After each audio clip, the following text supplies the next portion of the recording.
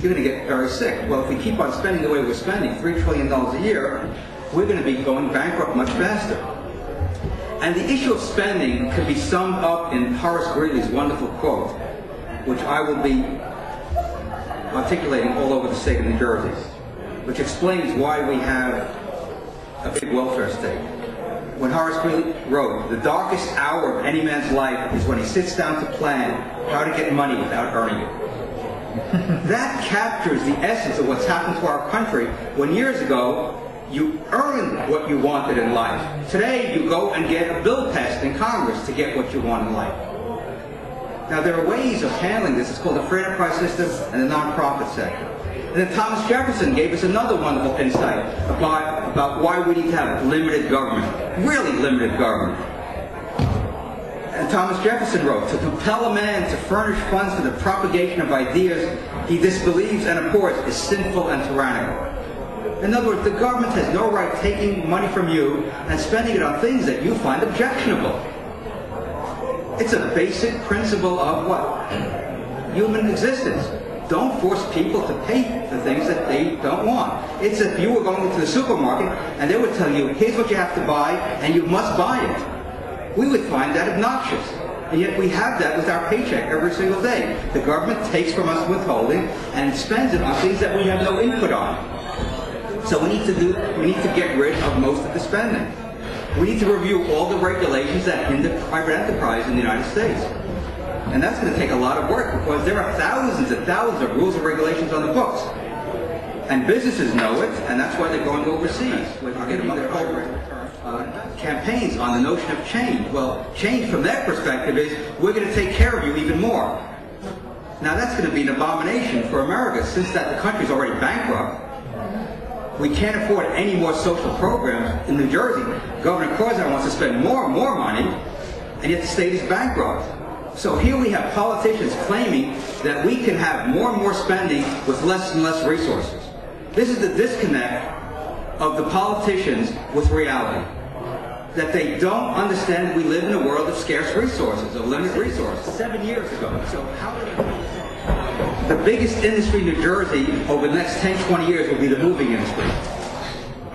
People are moving out of the state, not just upper income people who have greater mobility, but middle income people. I know people are moving to New Hampshire, North Carolina, Florida, and New Jersey may be one of those states where you have wealthy people who have second homes outside the state and a growing lower income demographic, while the middle class is squeezed as they move into Pennsylvania, Delaware, and other places. Because remember, one thing about our economy is that very few businesses are now location specific.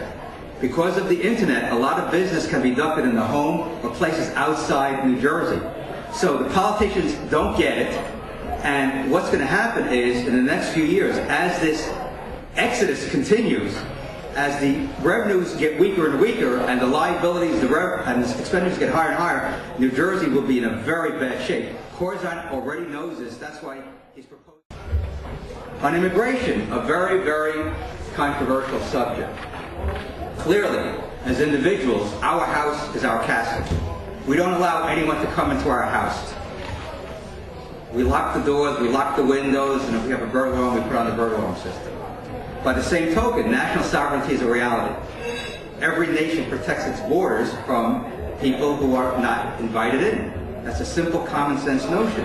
And so, as Ronald Reagan says, when you subsidize something, you get more of it. We subsidize illegal immigration, we get more of it. As Ron Paul has said, if we stop subsidizing illegal immigration, we'll get less of it. That's just a common sense approach. And so I thought that was a good intermediate step, as Milton Friedman has pointed out, toward the eventual goal of having parents and teachers and children determining education rather than bureaucrats in Washington or Trenton or Albany. So vouchers, the way to go is tax credits, because that's a nice, clean way of giving parents the opportunity to take the money that they would be paying in taxes and using it for their own kids' education. Individuals like my wife and I, who don't have any kids, we still pay for education through property tax and state income tax. So where's the fairness in that? The point is, we are the most discriminated people in America. Childless couples, singles who own homes, not only one home, but if you want to own two homes, you pay property taxes in two locations, and you can't even vote in one of them. So you're disenfranchised, even though you're paying taxes. So we already have taxation without representation in the United States. I would consider having a federal law that if you have property across state lines, you should be able to vote on budgets for that community. I think that makes eminent sense, that if you're taxed, you should be able to vote in that community at the local level. We do not need a voice that is right when everyone else is right. We need a voice that is right when everyone else is wrong. And that's what I intend to do in the United States Senate. And that was said by one of the great early pioneers of television, Bishop Fulton J. Sheen. I think that statement says it all. When we're all on the same page and we're all wrong, that's not good. But if we're on the same page and we're not doing the right thing, we need a voice to say, hey, we can do it a different way.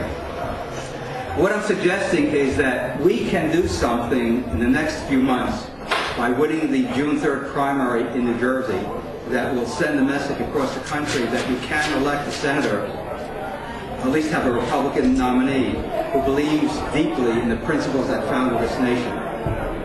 Not equivocate on any of these principles whatsoever of limited government and free enterprise. Not make any apologies about free enterprise and limited government and philanthropy. That's the message that is sellable, that is workable, that's doable, that's practical.